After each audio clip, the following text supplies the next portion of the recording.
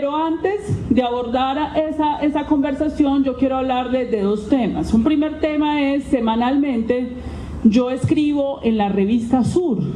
Yo soy la presidenta de la Corporación Latinoamericana Sur y cada semana o 15 días escribo una columna.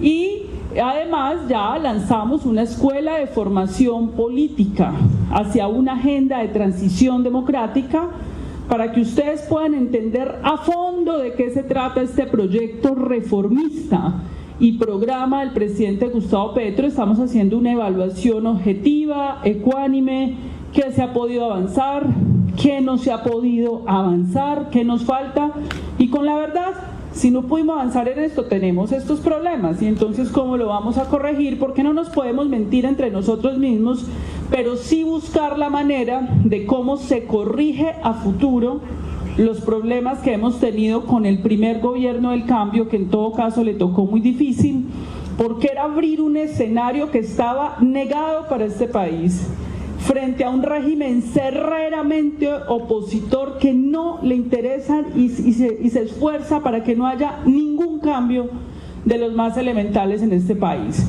Entonces yo quiero hacerle la invitación. La escuela ya tiene unas personas inscritas, pero las conferencias centrales son abiertas. Si ustedes entran a mi Facebook Live, Carolina Corcho, todos los lunes y martes de 6:30 a 9, hay grandes expositores, exministros, expertos, líderes sociales, empresariales, conversando sobre ese programa y sobre nuestro país, para tener un conocimiento profundo y de fondo, para elevar el debate público, la cultura política, desapasionar y desemocionalizar esa precariedad a la que nos llevaron, donde ya no hay razonamiento, sino que podamos evaluar con claridad el programa y el proyecto reformista. Entonces, Carolina Corcho, Facebook Live, ahí está, todos los lunes de 6:30 a 9, ustedes pueden encontrar ahí esas conferencias.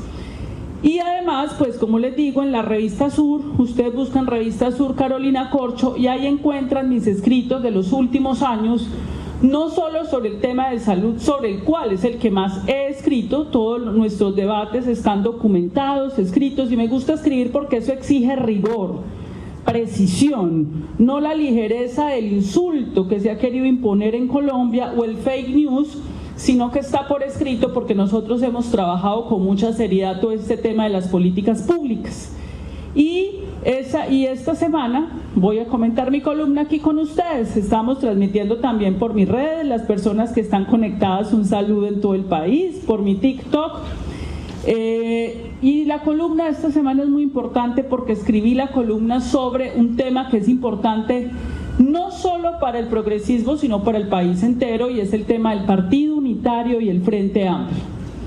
Y quiero empezar por decir que en este momento en el Congreso de la República había un debate que también fracasó de una reforma política.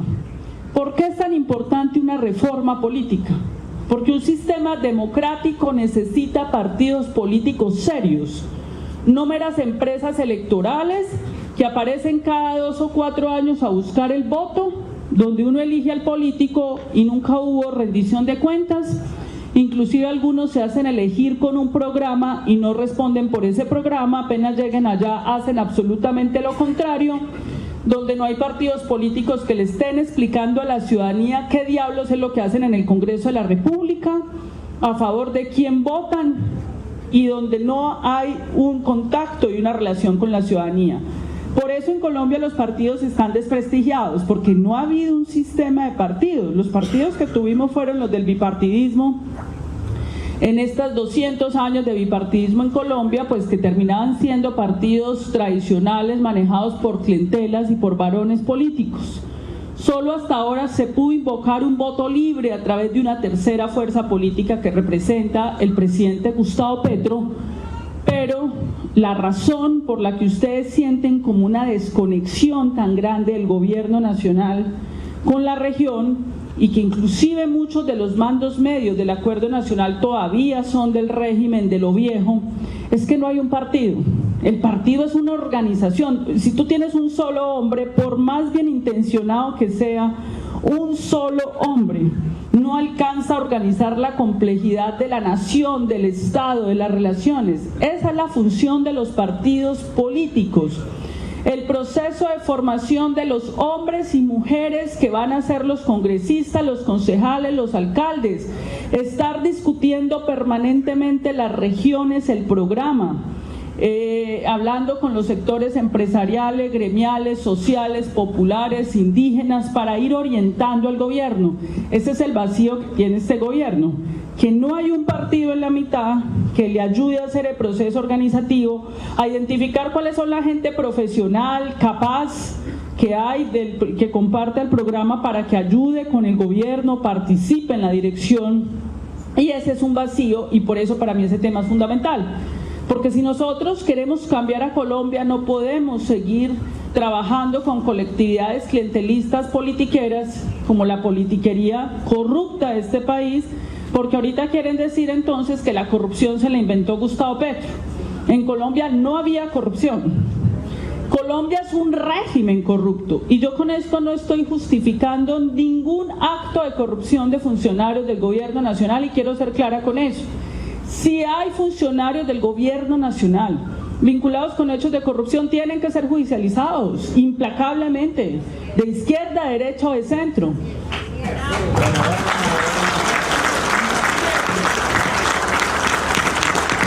Pero aparte de eso, también hay un régimen de la corrupción en todo el Estado.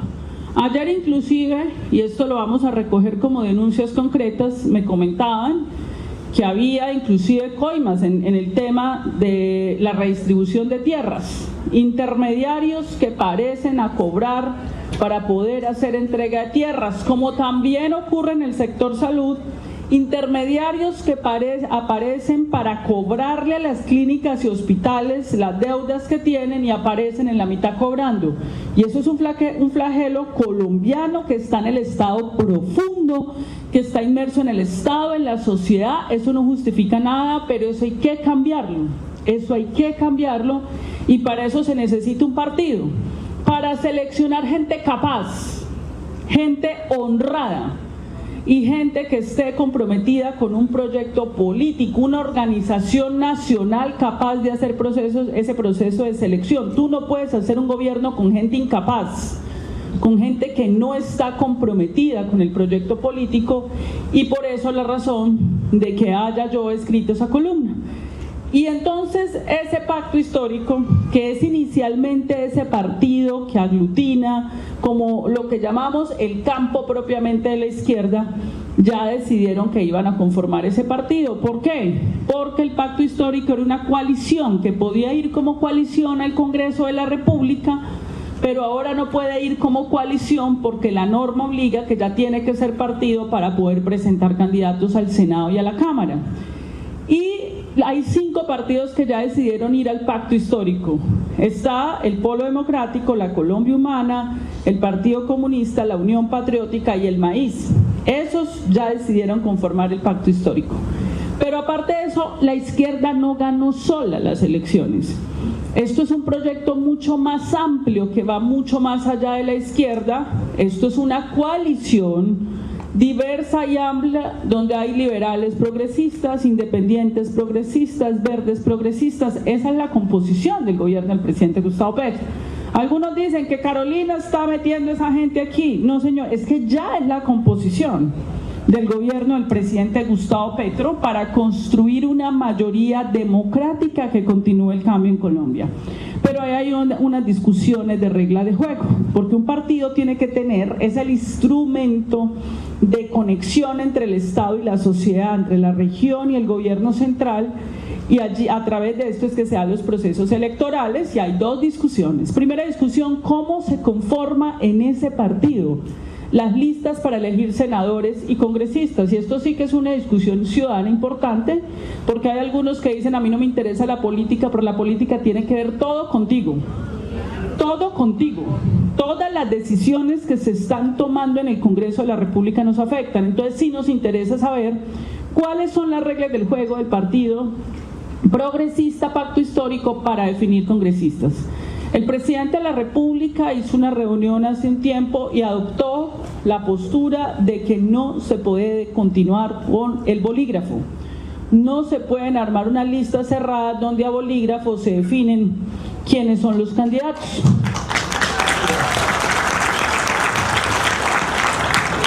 Y yo estoy de acuerdo y respaldo e invito a que respaldemos al presidente de la República en la decisión de que tiene que haber el 26 de octubre una consulta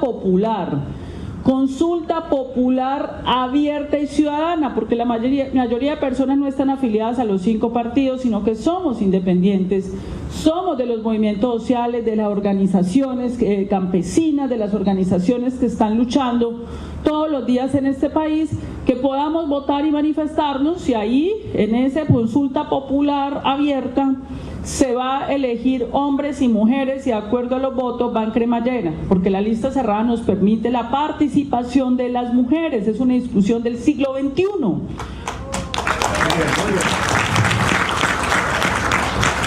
De acuerdo a quien tenga más votos va hombre, mujer o mujer.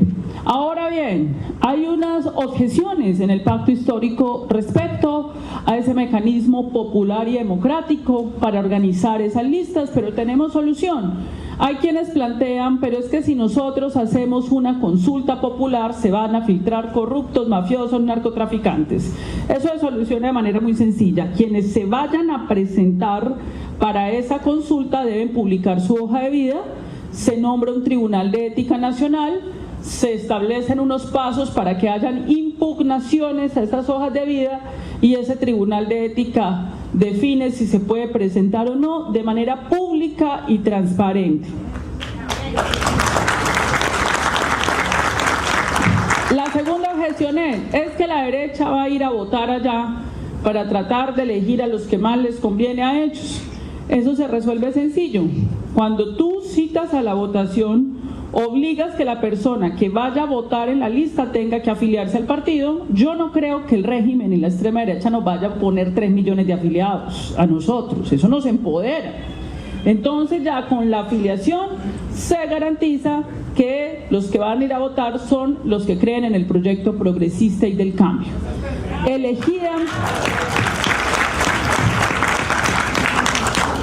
Esas son las objeciones que hay frente a lo que hemos planteado. Segundo punto que tiene que abordar ese partido, la confluencia en un frente amplio. Miren, yo he sido cercana al proceso político uruguayo. El Frente Amplio uruguayo tiene 2 sectores, uno más de izquierda y otro más de centro, más moderado, pero el 80% del Frente Amplio son los movimientos sociales y los independientes.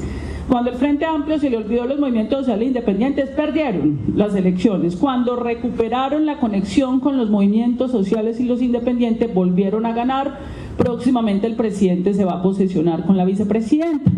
Entonces, en ese sentido, es un frente amplio donde van a converger diversos sectores políticos, independientes, liberales, progresistas, que compartan un programa de mínimos. Ese programa es de lo que estamos hablando en la escuela y de lo que estamos hablando en charlas sanas para un país enfermo. Ese programa tiene que ser un programa para cambiar a Colombia. No es un programa para seguir reencauchando los mismos poderes y privilegios en Colombia, que era lo que pretendía un grupo de exministros que hacían parte del gabinete en el que yo participé en la primera instancia, que es: entremos al gobierno para ver cómo saboteamos y obstruimos las perspectivas del cambio. Ese Frente Amplio, en marzo, en el marco de las elecciones parlamentarias, debe convocar a una gran consulta popular, donde se presenten los precandidatos y precandidatas y ahí se elige uno. Yo quiero que sea una, pero bueno, el que elija el pueblo.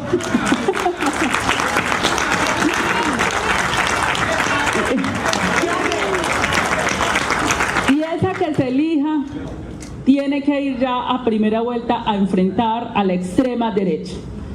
Esa es la propuesta, lo que estamos escribiendo en nuestra columna, en nuestra postura. Respaldamos al presidente Gustavo Petro en esa postura e invitamos a las bases del progresismo a animar debates y conversaciones para que esto se dé. Transitar por otro camino es transitar por el camino de la antidemocracia, del autoritarismo, del bolígrafo, de las decisiones a puertas cerradas, Por supuesto que tenemos que estar dialogando entre nosotros. Yo permanentemente estoy dialogando con la dirigencia del pacto histórico en función de plantear esta postura. Lo que he planteado en las reuniones que he hecho, lo que estoy planteando aquí, es lo mismo para buscar esos acuerdos. Eso es mi columna, que la pueden ver en Revista Sur, Carolina Corcho, y ponemos a disposición la Escuela de Formación Política, donde ahí van a salir insumos para plantear ese programa. Ese programa, que es ese proyecto reformista, pues tiene que ser evaluado popularmente para mirar qué correcciones vamos a establecer. Y ahí viene mi segundo punto. Cada que voy a alguna región, pues abordo un tema distinto.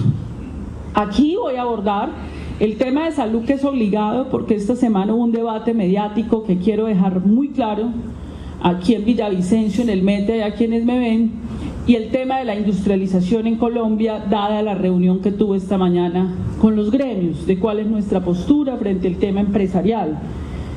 Sobre el tema de salud, en este momento ustedes saben que hay una batalla campal en el Congreso de la República. Desafortunadamente no hay debate, la oposición no quiere ni siquiera debatir. De manera filibustera, haciendo trampa, los dos vicepresidentes de la Cámara de Representantes no quieren firmar para que no haya debate. Eso es lo que se denomina en el debate parlamentario el filibusterismo. Simplemente no es ni siquiera que nos vayan a derrotar por falta de votos, sino por trampas, para que pase el tiempo y no ocurra nada, mientras que el sector salud se hunde en una crisis acumulada de hace muchísimos años que no es una crisis nueva. Y ahí viene un medio de comunicación recientemente, a mi juicio de manera poco profesional, presente de manera tendenciosa unos hechos de corrupción, de entramado de corrupción, que por supuesto existen en el sector salud. Es que por eso fue que presentamos la reforma, porque sabemos cómo se roba en el sistema de salud.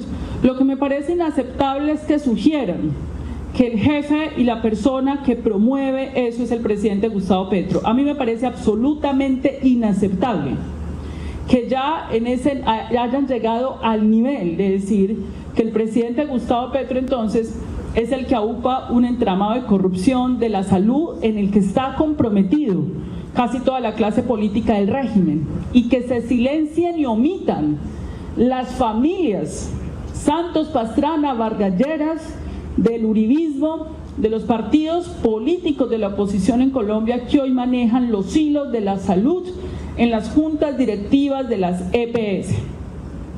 Y quiero hacer alusión, y vuelvo, insisto, ahora, si hay funcionarios del gobierno de Gustavo Petro comprometidos en eso, que paguen, no tenemos ningún problema, pero que no vengan a decir y a omitir la responsabilidad que tiene la clase política en este país, que ha gobernado, los diseñadores de la Ley 100 en los entramados de corrupción.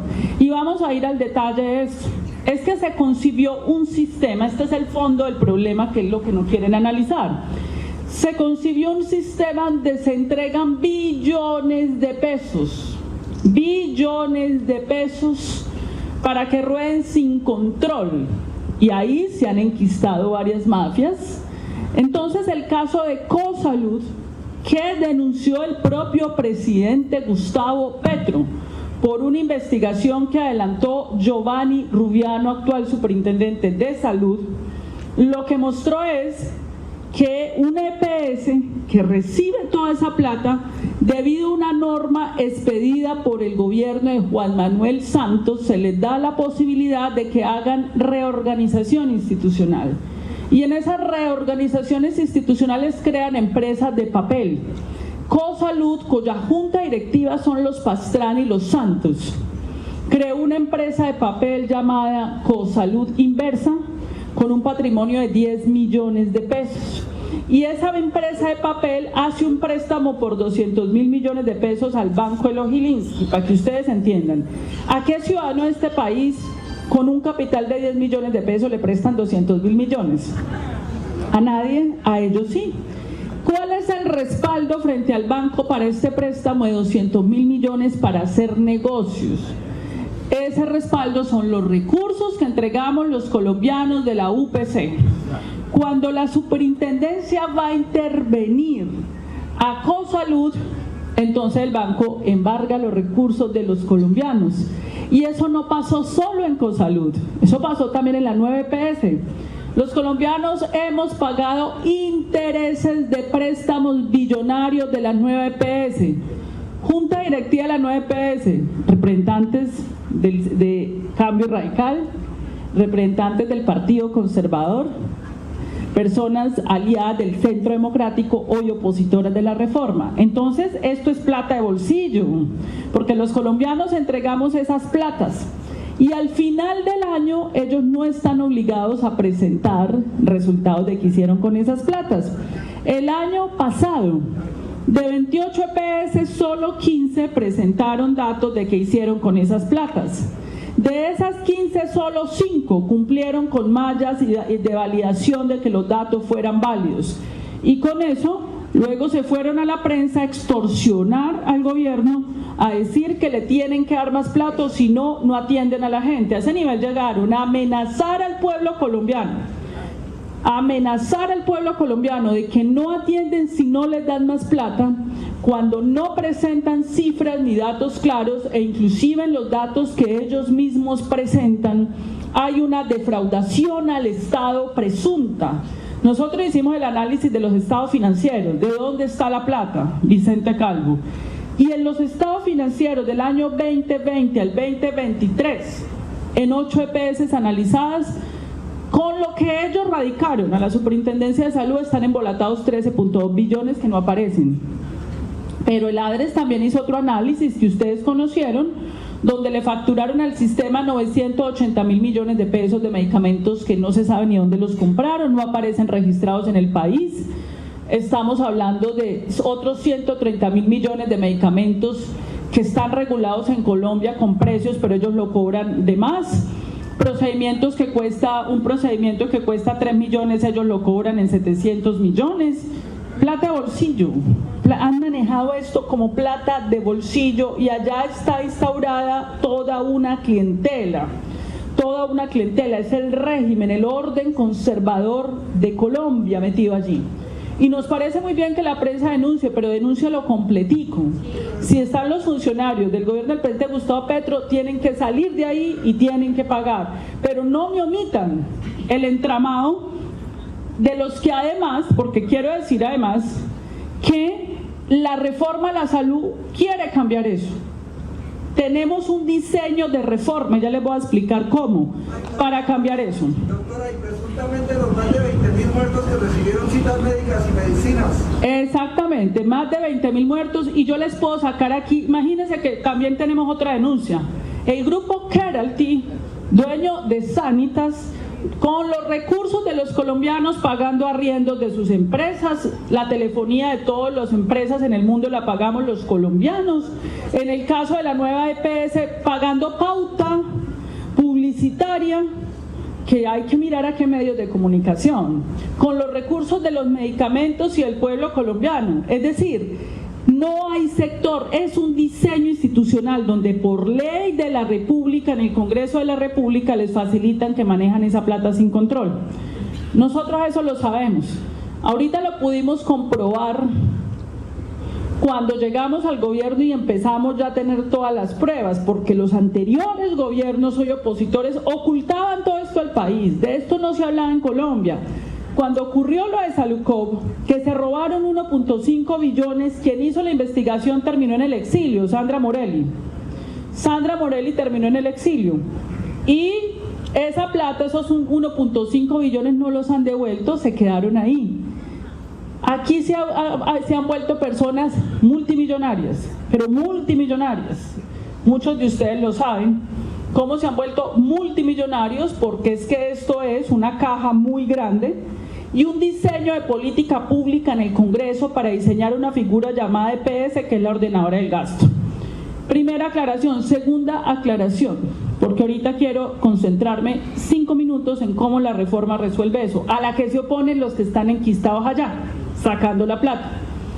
Las intervenciones no son la reforma. Segunda mentira que se propaga. Las intervenciones son mecanismos que tienen los gobiernos, no solo el de Gustavo Petro, para asumir el control de empresas que ya están en quiebra. La gente dice, es que las intervenidas son las peores. Claro, es que por eso las intervinieron. Es que las intervinieron era porque ya venían quebradas, se las estaban robando, estaban saqueadas. Entonces tú no puedes pretender que en 2 meses funcione bien. En el país se han intervenido 157 PS, se han liquidado más de 120 por todos los gobiernos. Ese es el mejor sistema de salud del mundo, que están diciendo ellos que es el mejor sistema de salud del mundo. Las soluciones que han propuesto ellos, que le metamos más plata al roto. En el gobierno de Iván Duque se propuso un acuerdo de punto final. ¿Cuáles son las soluciones? Endeudemos al pueblo colombiano, hagamos una vaca, ese fue el Plan Nacional de Desarrollo de Duque, y le metemos más plata a este hueco. Y entonces ahí calman 4 años, y a los 4 años vuelven otra vez a pedir más plata, pero nada que hablemos de lo fundamental, de la transparencia y de para dónde se va la plata. Debo decir además que nosotros denunciamos penal ante la Contraloría, hicimos una investigación científica académica que radicamos a la Fiscalía General de la Nación y a la Contraloría General de la República, donde están registrados todos estos hechos de los entramados, no es solo uno, los entramados de la corrupción de la salud. Ni una sola palabra de la Fiscalía General de la Nación. La Contraloría General de la República hace 6 meses no dice nada. Muy difícil disuadir al bandidaje y a la corruptela en este país ante la lentitud e ineficiencia de la Fiscalía General de la Nación frente a hechos tan graves como los que están ocurriendo. Muy difícil cuando ya se ha hecho el trabajo, se han radicado denuncias del gobierno nacional, denuncias por nuestras organizaciones de la sociedad civil, no pasa nada. Silencio absoluto. En ese vacío que dejan los organismos de control entra una parte de la prensa corporativa a llenar eso de especulaciones, a tratar de responsabilizar al gobierno del presidente Gustavo Petro a punta de chismes, generalidades, porque si uno va a hacer denuncias, individualícelas, pruébelas, porque si no vamos a entrar en la materia de las discusiones generales y tendenciosas políticamente, y la corrupción no tiene color. Aquí lo que ha habido es un diseño institucional aprobado por los gobiernos y el Congreso de la República para facilitar ese saqueo. ¿Y cómo resuelve la reforma eso? Control público de los recursos públicos. Entonces han dicho que el control público es el manejo de los alcaldes y gobernadores. Falso. Hoy alcaldes y gobernadores y clientelas políticas manejan esa plata en las alcantarillas. Lo que nosotros cuando hablamos de lo público estamos hablando de control de la ciudadanía, sobre la mesa. Lo público es lo que se pone sobre la mesa. Sobre la mesa, no en el oscurantismo de los inexistentes sistemas de información del sistema de salud. Y debo decir, el primer año yo peleé con el Ministerio de Hacienda para conseguir 130.000 millones de pesos para instaurar rápidamente un sistema de información público que nos permitiera obtener datos concretos para poder controlar esos recursos. No se ejecutó. El Ministerio de Salud dejó perder esa plata y también tengo que decirlo. Y eso es un paso que tenía que dar este gobierno en la constitución de un sistema de información público para poder controlar esas platas. Ese es un punto de la reforma. Segundo punto de la reforma, tienes un fondo ADRES. Ese fondo ADRES no es, ojo que hay confusiones, el ordenador del gasto de los recursos de la salud. Es un fondo donde todos los colombianos ponemos nuestras platas. Es un girador ciego, es decir, el fondo ADRES, si una EPS le dice pague esto, por ley tiene que pagarlo. ¿Qué ha hecho el fondo ADRES? Pues ha hecho un sistema de información para que veamos la ordenación, qué es lo que las EPS han dicho que se pague. Pero aquí todavía nos falta mucho. ¿En qué nos falta? En que ese fondo ADRES es un girador directo, pero perdió la ordenación del gasto. En la reforma va a ser un pagador directo, es distinto ser girador y pagador. ¿Qué es un pagador? Pago directamente a las clínicas y hospitales. Y van a ver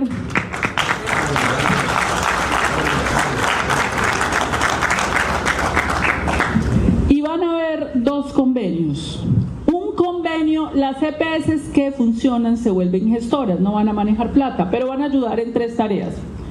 Un convenio de desempeño con cada clínica y hospital para que esa clínica y hospital cumplan con la ciudadanía un resultado de salud. y se acojan a un manual tarifario. En Colombia no hay regulación tarifaria. La EPS, mediante el perverso mecanismo de integración vertical, contrata a cualquier precio los procedimientos. Aquí se va a instaurar un manual tarifario de pisos y techos, y cada clínica y hospital se compromete a cumplir con ese manual tarifario. Primera tarea: esa gestora hace una auditoría a esa clínica, a ese hospital, pero esa gestora la audita Ladres. Hoy no hay ningún sistema de auditoría del sistema. Entregamos 95 billones, hagan lo que hagan, al otro año le entrega 100 y así de por vida. Son gente que maneja 100, 200 billones van a manejar en 10 años sin nada, simplemente porque el Congreso por ley lo dijo. Aquí son dos sistemas de auditoría, uno de la gestora de la clínica del hospital y otra auditoría de Ladres a la gestora. Aparte de eso, hay un Consejo Nacional de Salud y un Consejo Municipal y Departamental. Apenas se apruebe la reforma, si nos dejan, entonces se conforma el Consejo Departamental del Meta y el Consejo Municipal de Villavicencio, con la participación de las organizaciones ciudadanas, la academia, que pueden pedir control de cuentas. Sáqueme, señor presidente, que es el gobernador, está ahí sentado, o señor de Ladres, muestre cuánto ha pagado, públicamente. Todo el mundo se va a dar cuenta de cada transacción, a cuánto se está pagando cada cirugía. A ver si el bandidaje, esa es la mejor manera de disuadir al bandidaje. El bandido que quiere irse a robar allá tiene que sortear el sistema de información, comprar a todo el Consejo Nacional, territorial, comprar al auditor 1, comprar al auditor 2, pues bueno, acá hay gente muy ladrona y puede lograr hacer eso. Pero son 5 mecanismos de disuasión de los bandidos. Eso es lo que no quiere aprobar el Congreso de la República. ¿Ahora sí entienden?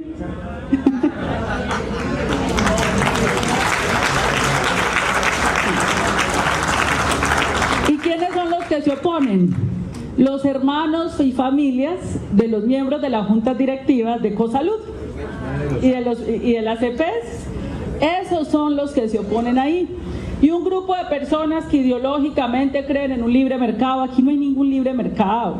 Esto es extracción de rentas públicas, esto es plata rodando sin control por el país, eso no es mercado, eso no es capitalismo, eso es captura del Estado. Y de eso se trata esa parte de la reforma. Y la segunda parte que tampoco quieren aprobar es, ¿cómo así que tenemos municipio? Por ejemplo, Villavicencio. Villavicencio debería tener un hospital de tercer nivel.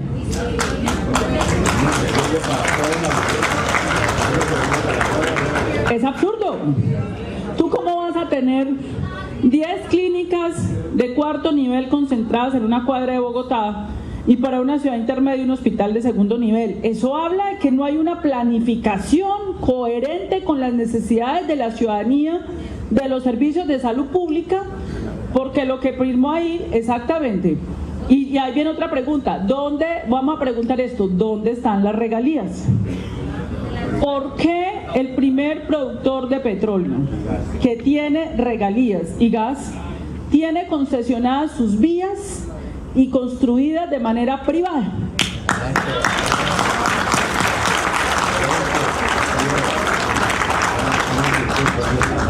Entonces, lo que les quiero decir es que aquí debería haber ese hospital de tercer nivel, y por cada municipio. Hay niños y niñas que no volvieron a nacer en su municipio, porque la EPS le conviene ir a trasladar a la mamá no sé dónde, no volvieron a nacer en su barrio, porque no les interesa ese puesto de salud, porque no les es rentable, porque lo rentable es donde yo pueda tener mis negocios, y mis negocios me convienen es en Cali, en Bucaramanga, en Bogotá, y no en todo Bogotá, solamente en 2 o 3 cuadras de Bogotá. Eso se tiene que acabar, porque los colombianos aportamos estos recursos para que haya una cobertura de centros de atención primaria en salud, donde se paga de manera directa, donde no prima la rentabilidad económica, sino la rentabilidad social y la vida. Tú tienes que tener salas de parto, facturen o no, porque es la vida.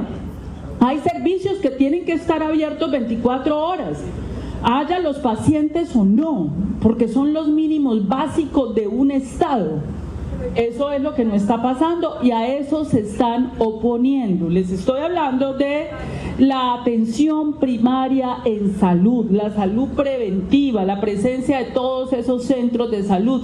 Y la plata la tenemos, hicimos los estudios económicos, radicamos documentos, de eso no se habla. Porque es que también quiero decir, mire, en medio de las equivocaciones y errores del presidente Gustavo Petro, no le reconocen nada, nada. Es una oposición cerrera, obstruccionista, mezquina, no le reconocen nada de lo bueno que plantea el gobierno. Las discusiones no son ecuánimes, entonces tú tienes una gran prensa donde invitan 9 expertos, entre comillas, a hablar en contra de la reforma, 9 o 10. A mí me invitan, yo voy y después de que yo hablo, invitan a 20 para decir mentiras, tergiversaciones, ya van en un montón de cosas. Ya por allá una congresista, una señora del Partido Verde, salió a decir, ¿y cómo va a auditar el ADRE 60.000 IPS? IPS son clínicas. Bueno, en Colombia no hay 60.000 IPS, amiga, infórmate. Hay 11.000, pues por lo menos, ya no le importa cualquier cifra, ellos van diciendo 5 billones, 10, 20, o sea, no hay rigor. No hay rigor en un debate público muy serio sobre nuestro país y esto, digamos, se ha degradado. Entonces, ese es un punto fundamental. Yo invito a que sigamos respaldando ese proceso reformista. Ahora, hay que hacer cosas ya sí, porque el gobierno tiene intervenido un número importante de EPS y ahí hay cosas que no se han hecho por parte de la Superintendencia de Salud, ni por el anterior superintendente ni por el actual, y eso también hay que decirlo. Ya, y estoy preguntando, ¿dónde está la auditoría forense? Que dijeron que iban a contratar el gobierno nacional, porque una auditoría forense es un mecanismo para perseguir cada peso, para dónde se va cada peso y disuadir a los bandidos.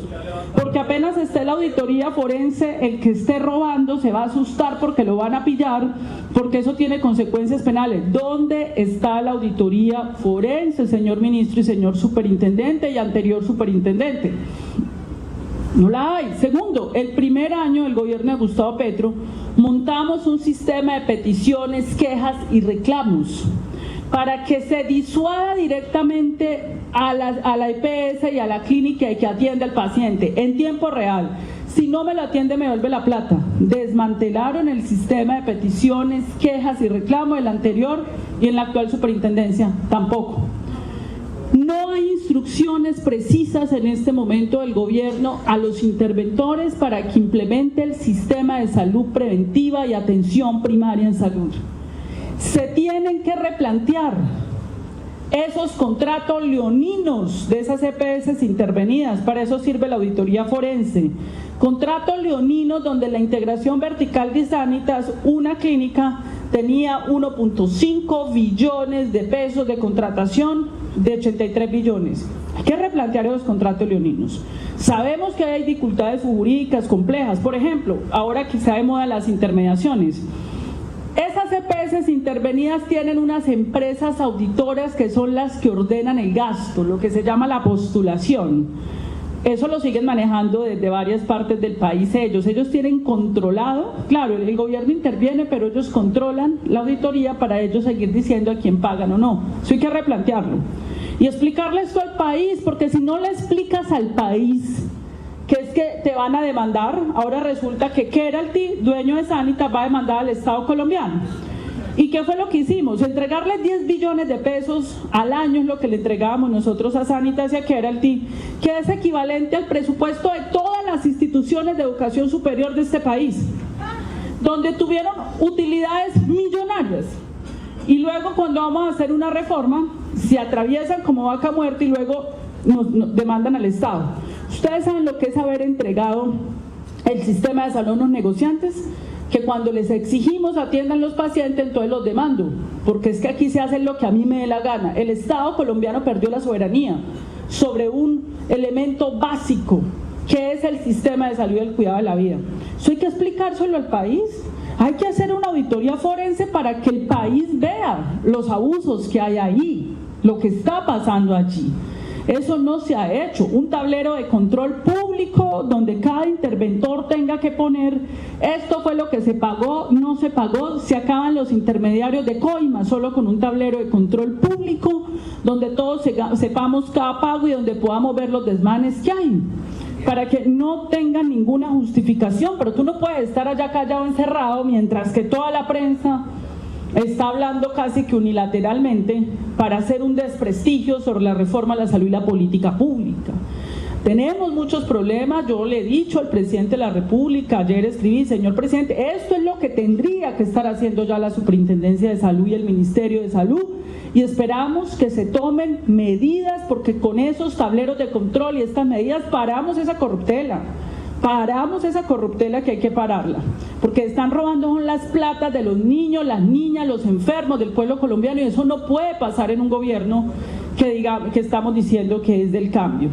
Entonces ese es el tema de la reforma a la salud. Esperamos entonces que mantengamos el respaldo. Y ya para las preguntas, la rueda de prensa, los periodistas.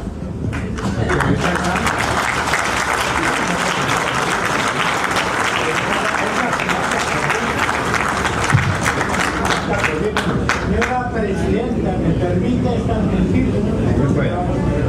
Gracias. Soy colombiano y orgullosamente llanero. Y hoy le doy gracias a la vida de poder saludar a la primera mujer presidenta de Colombia.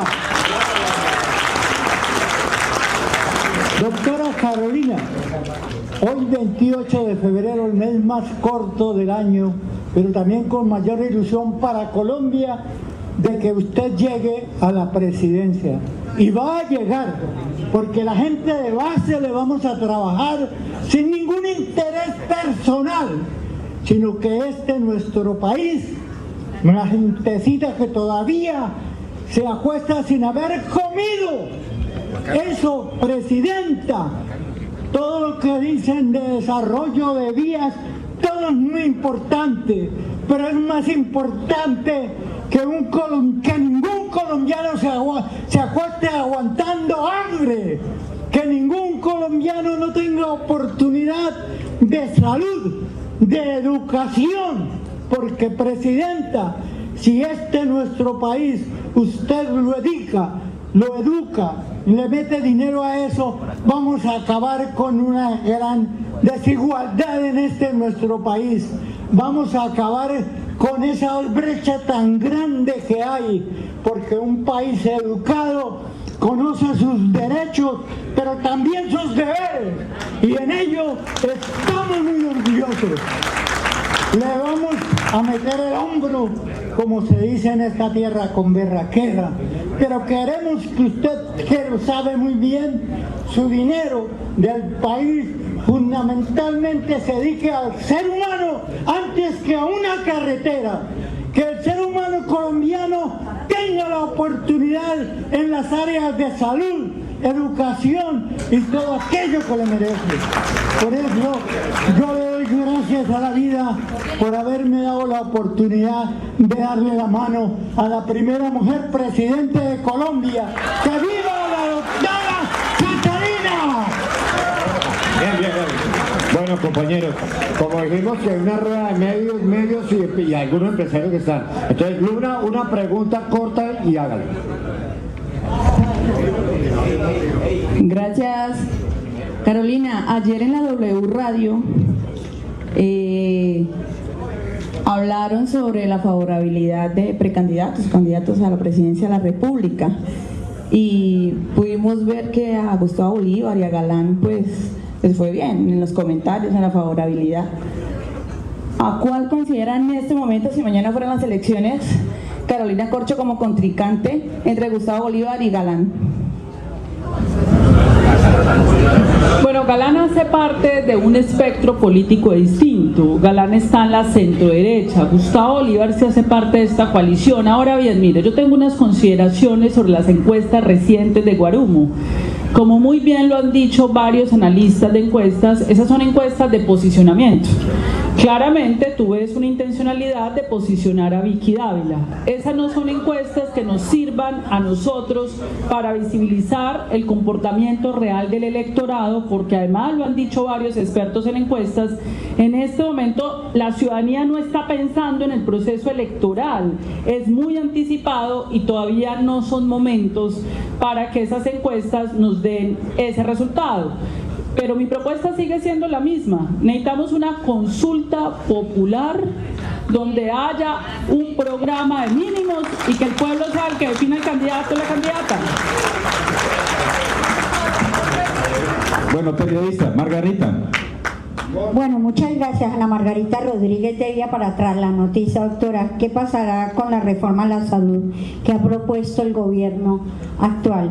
Si no pasara ese proyecto, ¿qué pasará con el sistema de salud, según usted? La solución a la crisis es la reforma. Y la reforma no se puede hacer por decreto. Si se pudiera hacer por decreto, pues nosotros lo hubiéramos hecho por decreto. Es la reforma. Lo único que le queda al gobierno es administrar la crisis tomando estas medidas que nosotros estamos planteando a través de la Superintendencia de Salud en las EPS intervenidas, la acción de la Fiscalía, la Contraloría para disuadir el saqueo y todo este conjunto de medidas que he señalado, pero el problema de fondo no lo soluciona sin la reforma y eso lo tiene que tener claro el Congreso de la República. Es el Congreso de la República el responsable hoy de resolver este problema de fondo. Pregunta el periodista Jimmy de Jesús Medina, por favor, preciso. Muy buenos días, honorable doctora. Bueno, no se tocó el tema de la cultura, pero voy con otra pregunta anterior. ¿Qué van a hacer ustedes para evitar que se les llene, o mejor, se les meta allí, disculpe la palabra allí, otros partidos, como lo que está sucediendo en este momento con varios partidos que están en el Senado y representantes de la Cámara que le están haciendo oposición a Gustavo Petro? En cuanto a la cultura, no se ha nombrado la cultura. Los artistas están completamente olvidados y hay que recordar que los artistas apoyaron inmensamente a Gustavo Petro a la presidencia y en este momento la ley 397 del 97, artículos 60 y 61, no se le ha cambiado, es decir, no se le ha dado el viraje que le tiene que dar a los artistas para que sean reconocidos legalmente y que sean ellos directamente los que hagan la contratación. Y tampoco están reconocidos los honorables consejeros departamentales ni municipales. ¿Qué piensa usted hacer para que los operadores no se sigan apropiando de los dineros de nuestros artistas, igualmente los gobernadores y alcaldes?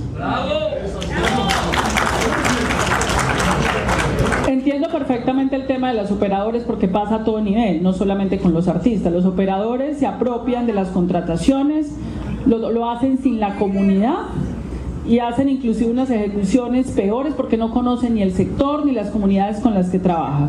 Pero para eso tiene que haber proyectos de acompañamiento para que las organizaciones de artistas, las organizaciones de la sociedad civil liciten de manera adecuada y tengan un respaldo financiero, porque muchas no alcanzan a tener el respaldo financiero para poder participar de proyectos importantes y sí nos interesa que esos proyectos sean agenciados por los propios artistas del Meta y de Villavicencio o de cada región, porque el interés de la cultura es un motor de transformación y a nosotros en Colombia nos falta un orgullo nacional, un reconocimiento patrio que lo tenemos que desarrollar a través de la cultura con esos mecanismos que estoy mencionando. Tiene la palabra el periodista Darío, breve, preciso y conciso. Darío Rojas, periodista comunitario. La felicito por la manera como ha defendido el sistema de salud en nuestro país, lo que ha intentado. Le puse mucha atención a su discurso y pues se van a continuar estos varones políticos oponiendo a que en Colombia se preste una salud digna. Y la pregunta, porque que se han venido atravesando ahí con esta ley en el Congreso, ¿cómo va a hacer usted para acabar con ese filibusterismo? Me parece importante la pregunta. Bueno, yo les devuelvo la pregunta a ustedes. Es que el problema que hicimos fue que votamos por el presidente, pero no votamos por el Congreso. Yo he hecho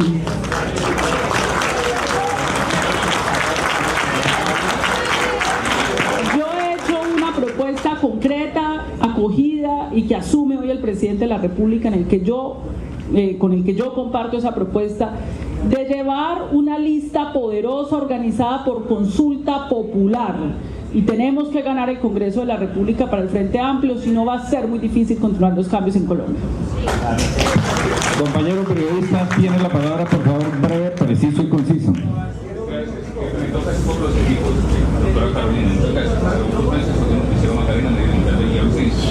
Si me lo permite, con el respeto, dos preguntas puntuales. Una, sobre el tema político. Hoy hay mucha expectativa con relación a cómo se va a unir el pacto y los diferentes partidos, porque pues lo que nos muestran muchos medios es que está atomizado y cada uno está agarrando para su lado. Vemos que el presidente está tratando de hacer una buena gestión, ya usted lo ha explicado muy bien, no lo están dejando, pero la gente quiere darle el voto de confianza, pero ya no sabe cómo hacerle, y con ese bombardeo de cosas en contra, ¿cómo hacer? ¿Cuál es su norte para eso? Y en el tema económico, usted acaba de mencionar unos proyectos vitales para el departamento. Por favor, profundícenos un poco más sobre cómo está trabajando el gobierno eso, porque la verdad es que la información que nos llega aquí al departamento del Meta es prácticamente nula sobre esos avances y sobre el respaldo del gobierno hacia este departamento. Gracias. Sí, vuelvo e insisto que en este momento se está trabajando en el proceso de unidad del pacto histórico que tiene que ser aprobado por el Consejo Nacional Electoral. Sobre la mesa está nuestra propuesta, que es compartida por el presidente de la República, y esperemos que por la base del pacto tenemos que unirnos con el presidente para que sea aceptada esa propuesta democrática, y ya está definido que habrá un frente amplio que vaya más allá, es una fuerza política progresista. Sobre los proyectos de inversión, estos están a cargo del seguimiento de planeación nacional, y yo invito a las organizaciones progresistas a que nos constituyamos en un grupo veedor que haga el acompañamiento para que se hagan esas realizaciones este año en Villavicencio y en el Meta. Periodista Félix Obando. Muchas gracias, doctora Carolina. Bienvenida a Villavicencio, el departamento del Meta. Mi nombre es Alexander Obando, periodista del medio de comunicación alternativo Villavicencio al Aire. Y mi pregunta es muy puntual con respecto al gremio de periodistas, al sector de comunicación. Nos quejamos muchísimo de la desinformación de los medios, digámoslo, pagos del gobierno, de los medios vendidos. ¿Qué existe? ¿Qué métodos existen para fortalecer los medios de comunicación alternativos, para darles una voz más grande, para sostener a esos periodistas, a todas esas personas que trabajan por llevar la información clara y coherente hacia las personas, hacia todo el electorado en general? Bueno, yo creo que si no fuera por los medios alternativos, por las redes sociales, nos habrían avasallado con mentiras. En ese sentido, nosotros creemos en una política pública de financiación de los medios alternativos y comunitarios. Financiación estatal que no implica que el medio alternativo comunitario se vuelva un medio de gobierno, porque no vamos a ser como ellos. Es decir, si algunos medios de comunicación y algún periodismo se vuelve escribano del dueño del medio de comunicación, no podemos hacer nosotros lo mismo. Lo que nos interesa es que el medio alternativo y comunitario con financiación pública haga la búsqueda de la verdad, que le dé la palabra al campesinado, que le dé la palabra a las mujeres, a las personas sencillas. Es que el único que tiene derecho a hablar aquí no es el señor Luis Carlos Sarmiento Angulo y su postura a través de sus medios y los grandes emporios. El ciudadano sencillo, común, el ama de casa, el indígena, tiene todo el derecho a expresarse, y esa sería una política de financiación pública. Tiene la palabra el periodista César Monsalve. Gracias, doctora Carolina. César Monsalve, de Noticias Ya y de Caracol Radio. Yo sí quiero que usted le cuente con unas respuestas más sinceras de su parte, porque la mayoría de los colombianos vemos que las cosas en el país no van bien. Hay equivocaciones, usted misma ha dicho, la corrupción campea, no solo ahora, sino siempre ha campeado. En el tema político, doctora Carolina, con esa improvisación del gobierno todos los días cambiando ministros, anoche fueron 6, hoy pareciera que perdón, les pido respeto, estoy en una rueda de prensa en un festival de aplausos, perdón. Con esa improvisación del gobierno, yo sí le digo, ¿hacia dónde va el país cuando uno ve que manda más Benedetti que el propio gobierno, el propio presidente Petro? Y la otra pregunta, usted denunció, recibí la denuncia de intermediarios que aparecen a cobrar coimas en la entrega de tierras. El hoy director de tierras fue alcalde de Villavicencio. ¿Hacia dónde van esas denuncias de que se están haciendo mal las cosas en la Agencia Nacional de Tierras con coimas? Lo primero que tenemos que decir es que el tema de cobro de coimas no es nuevo. No es un tema de un funcionario. El Estado colombiano como régimen ha funcionado así. Ahora bien, frente a estas denuncias que me entregó la comunidad, le dije a la comunidad, páseme en concreto, porque aquí las responsabilidades penales son individuales y se necesita individualizar quiénes son los responsables de esto, y esto de ninguna manera inhabilita al director de la Agencia Nacional de Tierras, porque insisto, esas denuncias tienen que ser precisadas y es el comentario que ha hecho la ciudadanía. Tiene la palabra don Jorge Eliezer Pérez, líder periodista de los pensionados. Por favor, breve, preciso y conciso. Doctora, tenemos la expectativa de la constituyente, si se irá a adelantar por iniciativa, para que el pueblo, por favor, pensemos en la reducción del Congreso. Creemos que 296 congresistas, devengándose hoy 54 millones, si se le sigue aumentando cada año 5 o 6 millones de pesos, en 10 años es inviable. Se le estará pagando a cada congresista básicamente más de 100 millones de pesos, pero es que el sueldo del congresista, la verdad es que no se sabe, es indefinido. La segunda, pensamos que hay que hacerle esa reducción de Congreso, no solamente el número, sino en los salarios. Es desproporcional la suma que ellos reciben. Adicionalmente, debe reformarse. Las CIAs deben ser elegidas mediante concurso, idénticamente los magistrados de las altas cortes, no a dedo como se está haciendo, para que en realidad tengamos una justicia que sea imparcial y que sea para todos, doctora. Es necesario hacer esa reforma. Gracias, doctora.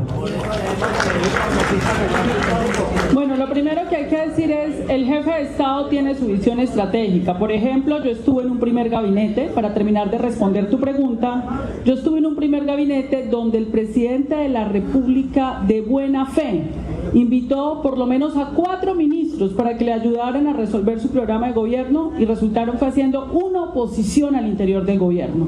Y eso ameritó un primer cambio, porque hubo un caballo de Troya y un error que cometió. Entonces, en ese sentido, cada jefe de Estado tiene su propia estrategia y decide cuáles son los funcionarios con los cuales continúa su estrategia. Pero yo quiero señalar también algo. Aquí ha habido una obstrucción excesiva. Es que fíjese usted que, así como usted dice que ha habido cambio de ministros, ¿cuándo ha visto usted una Corte Constitucional en los últimos gobiernos que haya tumbado tantas medidas? Tumbaron los artículos de la reforma tributaria, donde se favorecieron las empresas transnacionales extractivistas mineras.